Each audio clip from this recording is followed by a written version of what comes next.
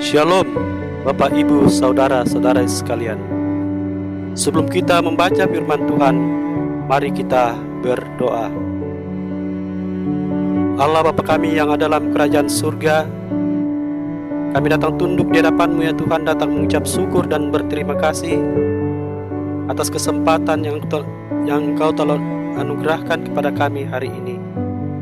Kami akan membaca sebagian daripada firman-Mu. Urapi kami dengan kuasa Roh-Mu yang kudus, supaya firman yang akan kami baca dan renungkan pada hari ini dapat kami mengerti dan berlakukan dalam kehidupan kami sehari-hari. Inilah doa kami ya Tuhan, dalam nama Tuhan Yesus Kristus kami sudah berdoa. Amin.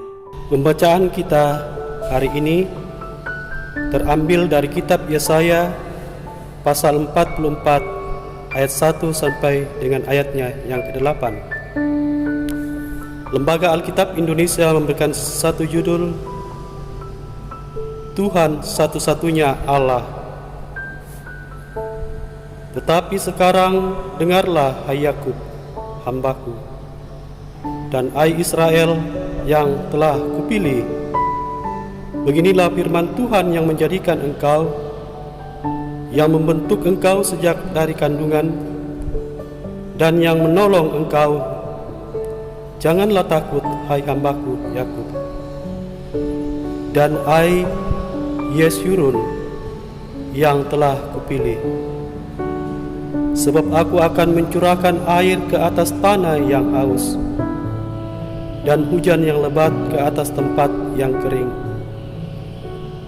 Aku akan mencurahkan rohku ke atas keturunanmu, dan berkatku ke atas anak cucumu.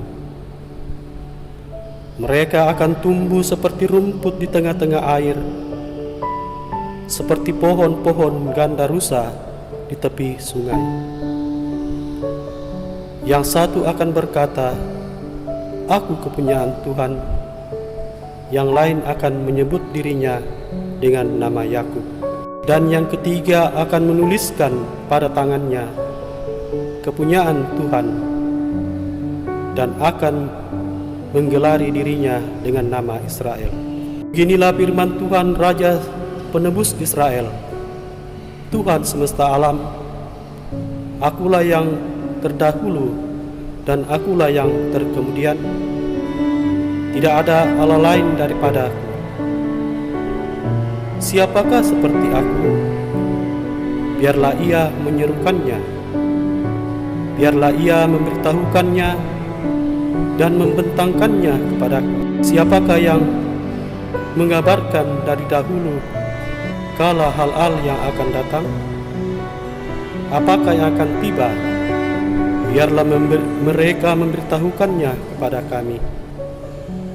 Janganlah gentar dan janganlah takut, sebab memang dari dahulu telah kukabarkan dan kuberitahukan hal itu kepadamu.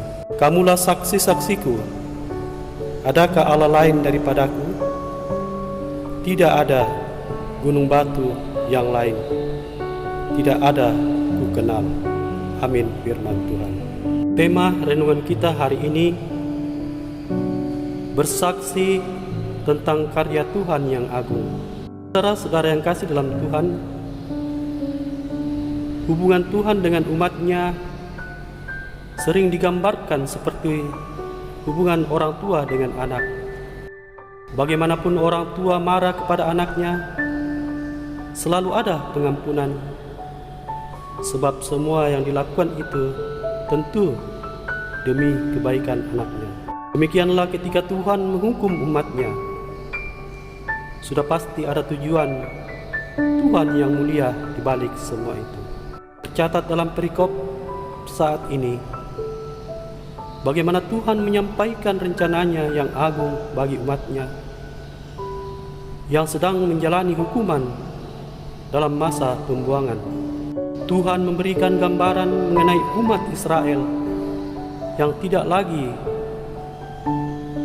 sekedar dijadikan, dibentuk, ditolong dan dipilih, melainkan Tuhan adalah Raja dan juga penebus Israel. Ia dalam keagungan dan kemuliaannya tetap dekat dengan umatnya. Status Israel di hadapan Tuhan kembali diteguhkan dan janji pemulihan itu kembali diperdengarkan. Kebutuhan jasmani Israel diberikan serta dicurahkan roh dan berkat-berkatnya berlaku bagi keturunan. Pencurahan roh Allah itu selain tanah diberkati, juga akan tumbuh suatu generasi yang akan bersaksi bahwa mereka adalah milik Allah. Mereka adalah hamba Allah. Firman yang disampaikan Allah bukan sekedar janji, melainkan Ia memeteraikan janjinya dengan kedaulatan penuh. Saudara-saudara yang kasih dalam Tuhan kita Yesus Kristus, setiap hari kita selalu mengalami berkat-berkat-Nya. Hal itu membawa kita menyadari arti pentingnya kedudukan kita sebagai kepunyaan Tuhan. Semua yang kita alami menjadi suatu kesaksian yang akan kesetiaan dan kuasa Tuhan, bahwa Tuhan yang memanggil kita sebagai umat-Nya dan mau menjadikan Tuhan bagi kita, dan Dialah satu-satunya Allah yang hidup. Tidak ada Allah lain selain daripada Tuhan. Dia pula lah yang menghidupkan umat-Nya dalam berkat-Nya. Karena itu, muliakanlah Tuhan senantiasa dalam hidup kita. Amin. Mari kita berdoa. Bapa yang ada dalam kerajaan surga, kami datang tunduk mengucap syukur dan berterima kasih kepadamu atas waktu dan kesempatan yang telah berikan kepada kami membaca sebagian daripada firman-Mu hari ini. Biarlah firman itu Tuhan dapat kami dengarkan dan berlakukan dalam kehidupan kami sehari-hari sebagai umat kepunyaan Tuhan. Terima kasih Tuhan atas firman-Mu kepada kami pada hari ini. Di dalam nama Tuhan kami Yesus Kristus, kami sudah berdoa. Amin.